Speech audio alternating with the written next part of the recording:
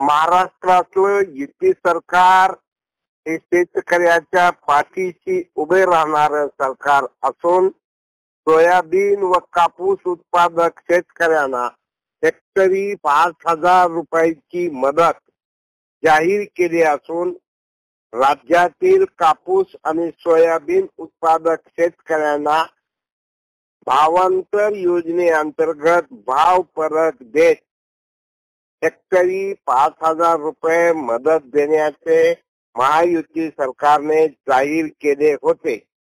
आज पहिल्या टप्प्यात जवळजवळ 50 लाख शेतकऱ्यांना 2,399 कोटी रुपयाचा निधी ऑनलाईन पद्धतीने वितरित झाला आहे।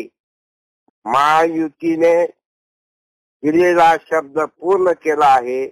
महायुती सरकार शेतकऱ्याच्या पाठीशी खंबीरपणे उभे आहे।